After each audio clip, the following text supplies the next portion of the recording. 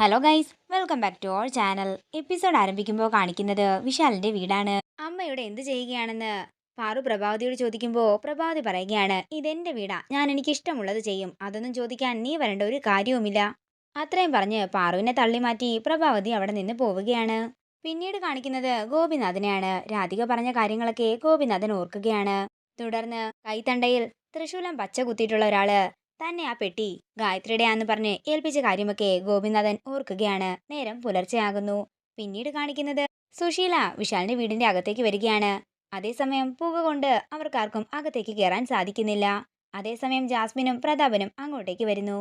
ഇതെല്ലാം ആ പാർവതിയുടെ പണി തന്നെയായിരിക്കുമെന്ന് പ്രതാപൻ പറയുമ്പോൾ എടി എന്ന് വിളിക്കുകയാണ് സുശീല. തുടർന്ന് ഗാർഗി അങ്ങോട്ടേക്ക് വരുമ്പോ പ്രതാപൻ ചോദിക്കുകയാണ്, നീ ആയിരുന്നോ?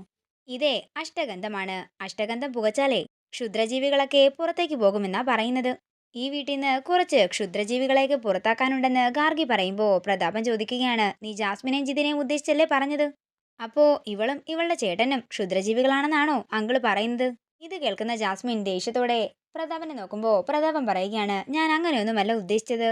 ഒടുവിൽ അങ്കിളും അത് സമ്മതിച്ചല്ലോ, നല്ല കാര്യമെന്ന് ഗാർഗി പറയുമ്പോൾ ദേഷ്യത്തോടെ പ്രതാപനെ നോക്കുകയാണ് ജാസ്മിൻ. തുടർന്ന് ഗാർഗിയെ വഴക്ക് പറയുകയാണ് സുശീല. ഇത് കേട്ടുകൊണ്ട് അങ്ങോട്ടേക്ക് വരുന്ന അച്ചമ്മ പറയുകയാണ്, ഞാനാ ഗാർഗിയോട് അഷ്ടഗന്ധം പുകയ്ക്കാൻ പറഞ്ഞത്. അത് തോന്നിവാസമാണെന്നാണോ സുശീല പറയുന്നത്? ഇത് കേൾക്കുന്ന സുശീല പറയുകയാണ്, ഇവള് ചെയ്യുന്നതൊക്കെ നല്ലത് തന്നെ, പക്ഷേ ഇവളുടെ വർത്തമാനമേ അതത്ര ശരിയല്ല. കാലത്തെണീറ്റാലേ പ്രാർത്ഥിക്കുക വേണ്ടത്, അല്ലാതെ ഇങ്ങനെ ഓരോരുത്തരോട് വഴക്കിടുകയല്ല വേണ്ടത്. അതേസമയം പൂജാമുറിയിൽ നിന്നും ആരതിയും കൊണ്ട് പാറു പുറത്തേക്ക് വരികയാണ്. കണ്ടില്ലേ, കാലത്തെഴുന്നേറ്റ് കുളിച്ച് പൂജാമുറിയിൽ കയറി പ്രാർത്ഥിച്ചു വിളക്ക് തെളിയിച്ചു. കണ്ടു പഠിക്ക്. അതേസമയം പാറു ആരതിയുമായിട്ട് അച്ചമ്മയുടെയും ഗാർഗിയുടെയും ഒക്കെ അടുക്കലേക്ക് ചെല്ലുകയാണ്. സുശീലയുടെ അടുത്തേക്ക് ചെല്ലുമ്പോൾ സുശീല പറയുകയാണ്, ഞാനേ ഇതൊക്കെ ക്ഷേത്രത്തിൽ വെച്ചേ ചെയ്യാറുള്ളൂ, ദൈവനിന്ദ കാണിക്കരുതെന്ന് അച്ചമ്മ പറയുമ്പോൾ സുശീല പ്രാർത്ഥിക്കുന്നു. തുടർന്ന് പ്രതാപനും അങ്ങനെ തന്നെ ചെയ്യുമ്പോൾ ജാസ്മിന്റെ അടുക്കലേക്ക് ചെല്ലുകയാണ് പാറു. എനിക്കിതിലൊന്നും ഒരു വിശ്വാസവുമില്ലെന്ന് ജാസ്മിൻ പറയുന്നു. നിർബന്ധിക്കേണ്ട പാർവതി, അല്ലെങ്കിലും താടകമാർക്കൊക്കെ എന്ത് അഷ്ടഗന്ധം, എന്ത് പ്രാർത്ഥന. അതേസമയം പുറത്തുപോയ വിശാല് തിരികെ വരികയാണ്. പാർവതിയുടെ കയ്യിലെ ആരതി കണ്ടിട്ട് വിശാല് കയ്യിലുള്ള കവറുകൾ താഴെ വെച്ച് പ്രാർത്ഥിക്കുന്നു. ഇത് കാണുന്ന സുശീല ചോദിക്കുകയാണ്, നിനക്ക് ഇങ്ങനത്തെ ശീലമൊന്നും ഇല്ലായിരുന്നല്ലോ, ഇപ്പൊ എന്തു പറ്റി? ഉള്ളവരുടെ വിശ്വാസത്തിനെ നമ്മൾ റെസ്പെക്ട് ചെയ്യണം ആന്റി എന്ന് വിശാല് പറയുമ്പോ ജാസ്മിൻ പതിയെ ആരതിയുടെ അടുക്കലേക്ക് വരികയാണ്. ഒന്നും ചെയ്യണ്ട, ഓരോന്നിനും അതിൻ്റെതായ സമയമുണ്ടെന്ന് പറഞ്ഞ് ഗാർഗി ജാസ്മിനെ തടയുകയാണ്. എന്തിനാ വിഷ് മാർക്കറ്റിൽ പോയതെന്ന് സുശീല ചോദിക്കുമ്പോൾ ഞാനൊരു മോർണിംഗ് വാക്കിന് ഇറങ്ങിയതാണെന്നും വാങ്ങണമെന്ന് ഗാർഗിയ പറഞ്ഞതെന്നും വിശാല് പറയുന്നു. തുടർന്ന് ഗാർഗി പറയുകയാണ്, ഇതേ എന്റെ യൂട്യൂബ് ചാനലിലെ ഒരു വീഡിയോയ്ക്ക് വേണ്ടിയിട്ടാണ്, ഒരു കുക്കറി ഷോ. നിങ്ങൾ പോയി തുടങ്ങിക്കോ, ഞാൻ ഫ്രഷ് ആയിട്ട് വരാമെന്ന് പറഞ്ഞ് വിശാല് മുറിയിലേക്ക് പോകുന്നു. എന്ന് പ്രതാപൻ ജാസ്മിനോട് പറയുകയാണ്, കുക്കറി ഷോ ചെയ്യണമെങ്കിൽ അവക്ക് നിന്നെയും വിശാലിനെയും വെച്ച് ചെയ്തൂടെ?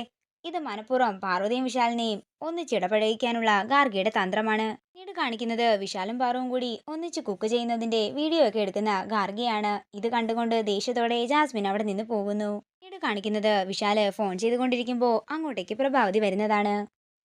മോനോടൊരു കാര്യം പറയാനാ അമ്മ വന്നത്. മോനിന്ന് ആ പാർവതിയുമായിട്ട് കുക്കറി ഷോ ചെയ്തല്ലേ, അത് ജാസ്മിന് എത്ര വിഷമമായെന്ന് മോൻ അറിയാമോ? മോൻ ഇനി അവളെ സങ്കടപ്പെടുത്തരുത്. പിന്നെ കുക്കറി ഷോ കഴിഞ്ഞിട്ട് മോൻ പാർവതിയുടെ മുറിയിൽ പോയി കാണുമെന്നാ ഞാൻ കരുതിയത്. മോനെ, ഗായത്രിയുടെ പഴയ പാത്രങ്ങളും മറ്റും അവളല്ലേ കഴുകി വൃത്തിയാക്കിയത്. അവളത് അവളുടെ മുറിയിലാ കൊണ്ടുവച്ചിരിക്കുന്നത്. ഞാൻ കരുതി നീ അതൊക്കെ ചെക്ക് ചെയ്യുമായിരിക്കുമെന്ന്. എന്തിനാമേ ഞാൻ അതൊക്കെ ചെയ്യുന്നത്? ഓട്ടുപാത്രങ്ങളും ചെമ്പു പാത്രങ്ങളുമല്ലേ, അല്ലാതെ സ്വർണത്തിന്റെ പാത്രങ്ങളൊന്നുമല്ലല്ലോ. ഇനി അഥവാ അങ്ങനെ ഉണ്ടെങ്കിൽ തന്നെ അതിന്റെയൊക്കെ അവകാശി പാർവതിയല്ലേ.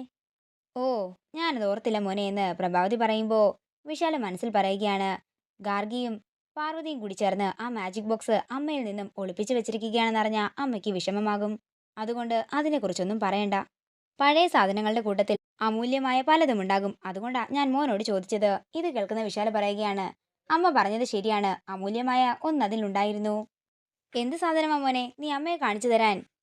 പ്രഭാവതി പറയുമ്പോൾ വിശാല് പറയുകയാണ്, അത് അമ്മയെ കാണിക്കാൻ സമയമായിട്ടില്ല, സമയമാകുമ്പോൾ ഞാൻ കാണിക്കാം.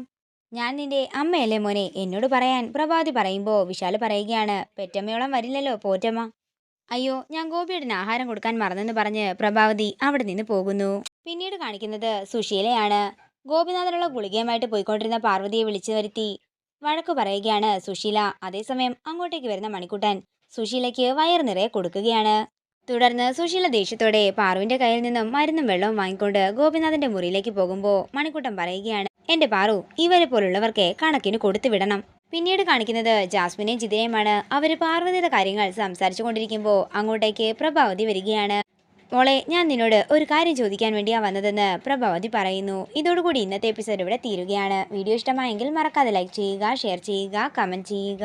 കൂടുതൽ സീരിയൽ അപ്ഡേറ്റ്സിനായി മറക്കാതെ സബ്സ്ക്രൈബ് ചെയ്യുക നയൻസ് ക്രിയേഷൻസ്.